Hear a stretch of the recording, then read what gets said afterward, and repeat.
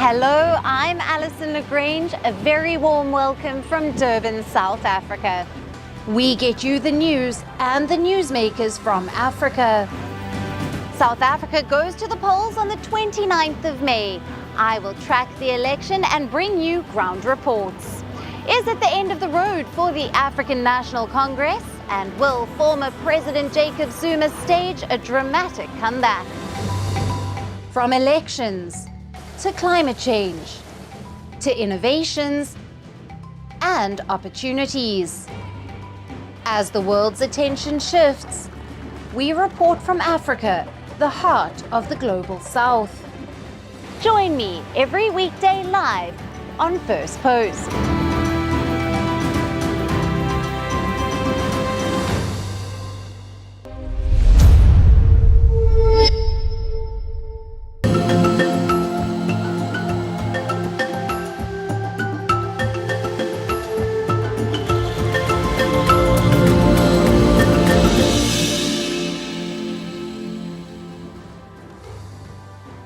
Hello and welcome to Firstpost Africa, where we get you the top stories from the continent and from across the world. I'm Alyson Grange, coming to you live from Durban, South Africa. First, let's take a look at the headlines. Ukrainian President Volodymyr Zelensky postpones visit to Spain and Portugal as Russian troops make significant advances in Kharkiv and Zaporizhia. Georgia faces global condemnation as the EU, NATO and the UN slam the adoption of the controversial Foreign Agents Law targeting overseas-funded NGOs. The United States and Japan sign an over $3 billion agreement to develop interceptors to shoot down hypersonic missiles by the year 2030. Switzerland's top criminal court convicts former Gambia Minister Ousmane Sonko for crimes against humanity under the longtime dictator Yahya Jammeh. And France launches an unprecedented manhunt with hundreds of police officers to nab a drug lord who escaped during a deadly ambush in Normandy.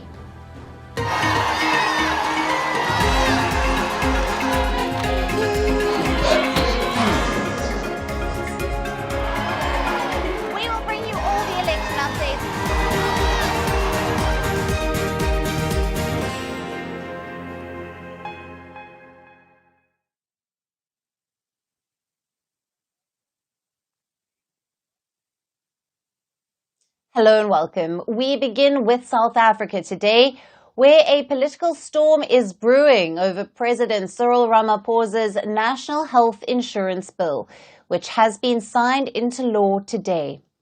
The law, which President Ramaphosa says is the biggest health policy overhaul, comes as general elections in the country are less than a fortnight away.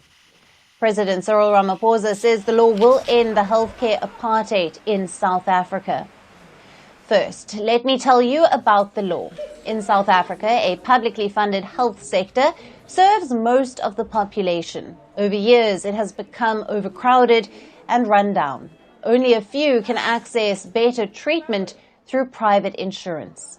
So, the National Health Insurance Law aims to provide health care to millions of poor citizens in a major overhaul of a two-tier system.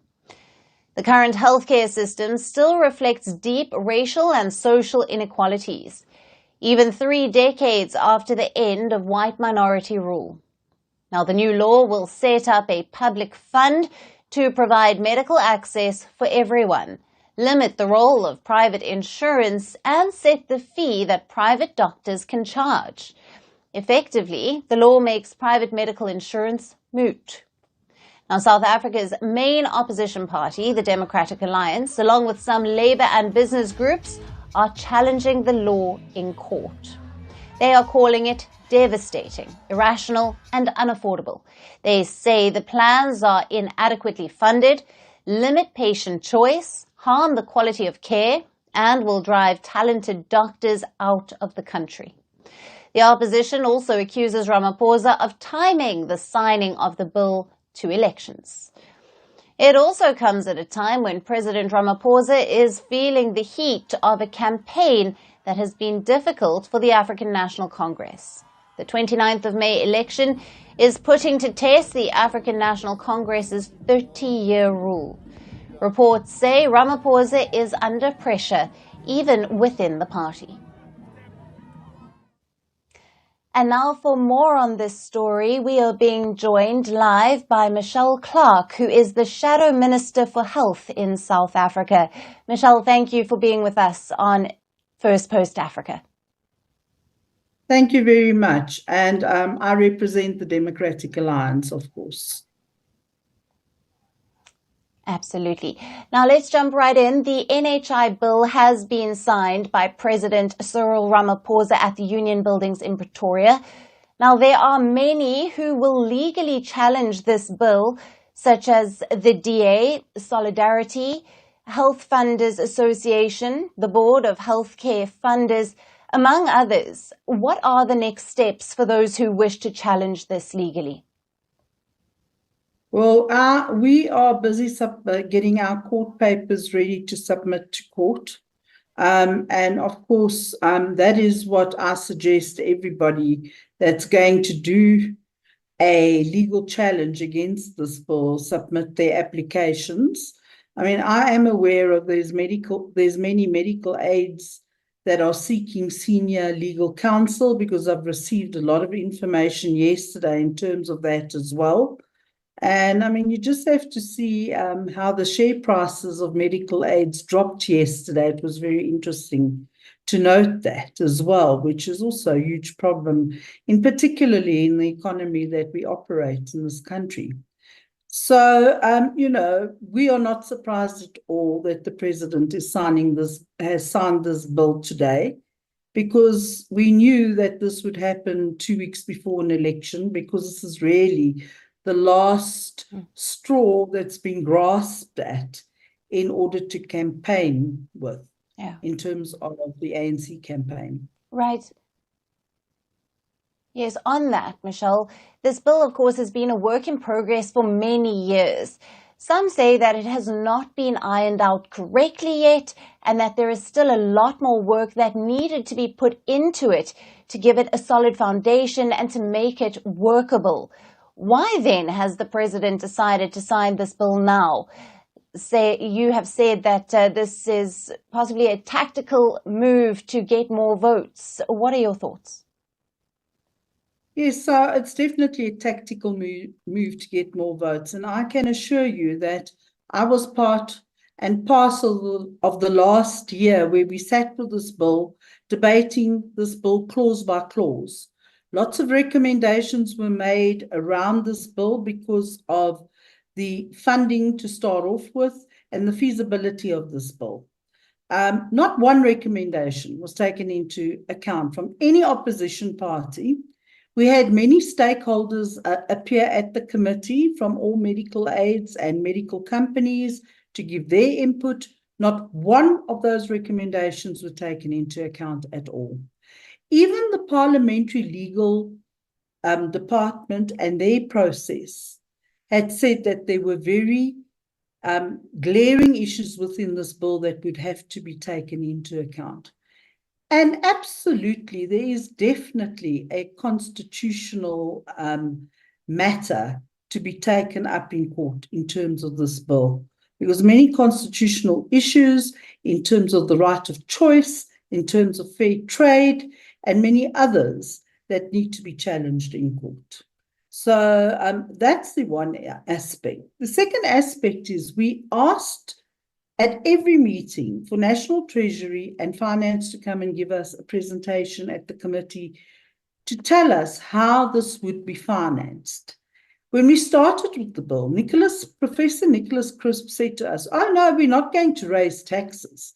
But that is exactly what they're going to be doing, because that's now what's been touted. And in an economy that we are in currently, and many people just battling to put a plate of food onto their tables, I don't know how they're going to be affording more taxes in order to fund this bill. And that is a huge problem.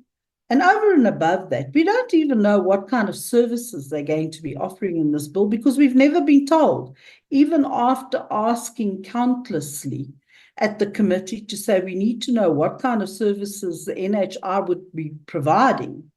They just have never given us that information. So, I mean, at this stage, no one knows what they're actually going to provide through the NHI and what you should then pay additional for your private medical aid until they phase out the medical aid schemes.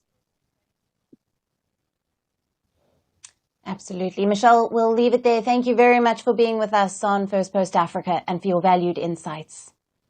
Thank you very much for having me.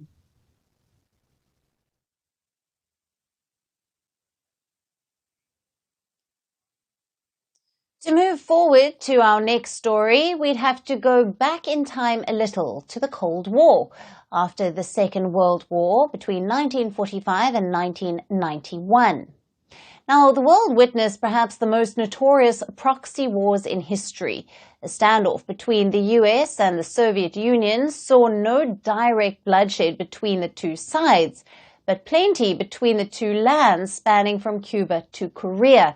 Africa wasn't spared either. Now, this brings us to Mozambique. The African nation was one among many grounds for the proxy war between the US and the USSR. During the 15-year conflict between 1977 and 1992, the Soviet Union backed the Mozambican government, and the US backed the insurgents. The end of fighting came with the fall of the Soviet Union.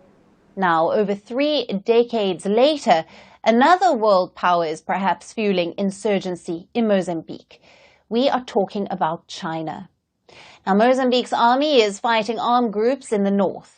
Last week, the insurgents launched a major attack on the northern town on Macomia in the gas-rich province of Cabo Delgado. Hundreds of fighters were reportedly involved in the attack. Despite a large security response, there have been an increase in attacks since January of this year. According to reports, illicit trade with China is fueling Mozambique's insurgency. At the center of this illicit trade is timber smuggling. The trade, estimated to be worth $23 million a year from Mozambique's forests to China, is helping fund a brutal Islamist insurgency and a large criminal network in Cabo Delgado. Mozambique's rosewood is protected under an international treaty, but there is a huge demand for it in China, where it is highly prized for luxury furniture. While the Chinese government has made it illegal to log rosewood in their own country, huge quantities continue to be imported. Insurgent-controlled areas of Mozambique have been a breeding ground for illicit trade.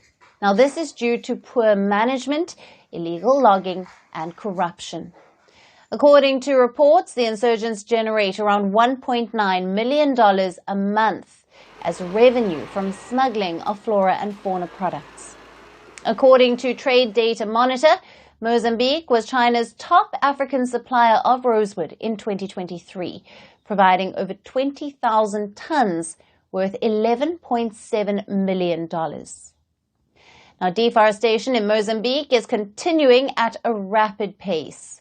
According to a report by NGO Global Forest Watch, the country is losing the equivalent of around 1,000 football pitches of forest every day. And while the illicit trade network grows, Mozambique's army struggles to fight insurgents in Cabo Delgado, the main conflict zone.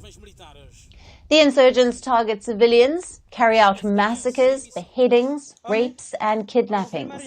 And while houses and villages have been bombed and burned, the violence has destabilized Cabo Delgado for almost a decade. It has also triggered one of Africa's most significant displacement crises in the province, with more than 1 million people forced to leave home. This has prompted the Mozambique government to rely on foreign troops to police the province. So, is Mozambique on the brink of another proxy war?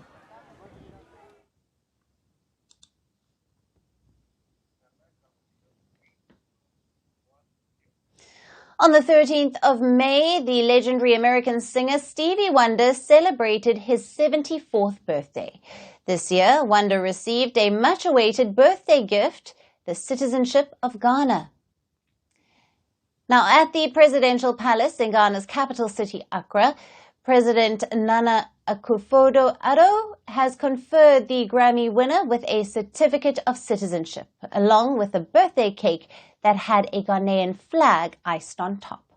Ghana's president also took to social media to congratulate Stevie Wonder. The singer was accompanied by his family for the event, where he looked visibly delighted to finally become a Ghanaian.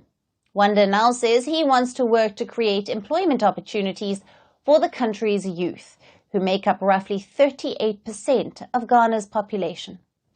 Wonder's affinity for Ghana has never been a secret. Despite being born and bred in the United States state of Michigan, the music sensation has always been open about his love for the West African country. In 1975, after a series of hit albums, Wonder expressed his desire to quit music and move to Ghana. He believed his ancestral lineage could be traced there. The singer then continued his musical career in the US. But years later, he again expressed his desire to set up a home in Ghana. Now, after headlining a Ghanaian music festival in the 1990s and during a subsequent trip to the country, Wonder penned his entire album, Conversation Piece. There is much evidence of Wonder's love affair with Ghana. But the most recent one is his 2021 interview. The musician reportedly said he would move to Ghana to escape the racial injustice in the US. Wonder is not the only African American who is attracted to the country's charm. American writer W.E.B. Du Bois also moved to Ghana and was buried there in 1963. Martin Luther King, Malcolm X, and Muhammad Ali also paid high-profile visits to the country to reconnect with their African roots.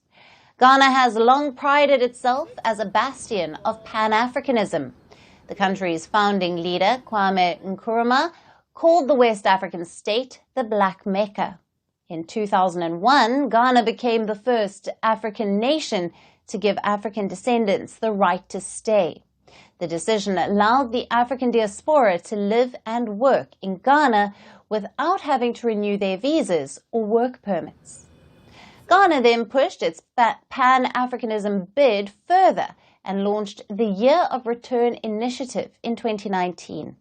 The initiative aimed at encouraging Africans in the diaspora to relocate to the country. Over 300 Africans of diaspora have been granted citizenship of Ghana since then.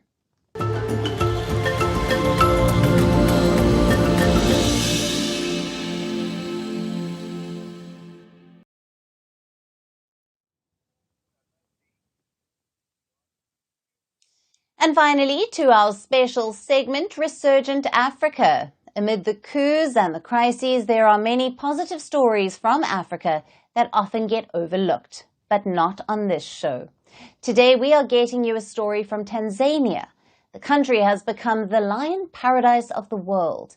It is now home to nearly 17,000 lions. Despite several challenges, Tanzania tops the African continent when it comes to wildlife conservation. Not just lions, but thousands of elephants, leopards, and buffaloes are also thriving in the country. How did Tanzania achieve this feat?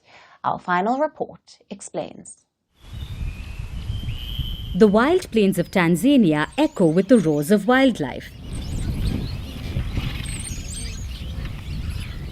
Tanzania isn't just a tourist hotspot, it's known for its iconic landscapes and abundant wildlife. And it also leads the charge in wildlife conservation. In a groundbreaking study released by the Tanzania Wildlife Research Institute, it has been revealed that Tanzania is home to over 70% of Africa's lion population. This is information that has often gone unnoticed. With a whopping 17,000 lions, Tanzania is proudly wearing the crown as the lion paradise of the world. It's 5 times more than South Africa, which has 3,284 lions, Botswana is in third place with 3,064 lions, and Kenya stands fourth with 2,515 lions. And it doesn't stop there. There's also the presence of 24,000 leopards. Tanzania's wild wonders extend to its buffalo population as well, with a staggering 225,000 buffaloes roaming free across its plains. And let's not forget about the gentle giants of the savannah. Tanzania's elephant population is also trumpeting with joy. There's a head count of 60,000 majestic elephants roaming the wilderness. But the question is, how has Tanzania achieved this feat? Experts say its conservation success is because of its policies and laws. They have also established robust conservation institutions. Lands have been earmarked specifically for conservation. The authorities have also structured its conservation planning.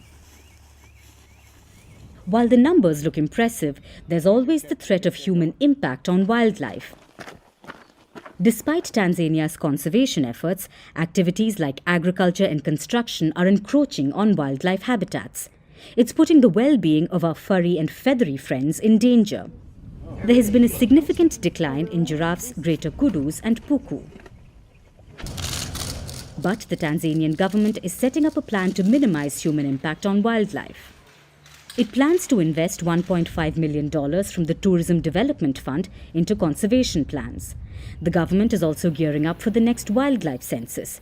It says it aims to protect not just lions and elephants, but also hippos and crocodiles. Over 1.8 million tourists flocked to Tanzania last year. They contributed a whopping $3.4 million to the economy. The government's goal is to host 5 million tourists annually by 2025, which seems well within reach. So, whether you're a nature enthusiast or a wildlife wanderer, Tanzania is the place to be. It has become the heart of Africa's conservation efforts. So, stay wild and stay tuned. That's it on the show for today. We will see you again tomorrow at the same time. Thank you for watching and goodbye.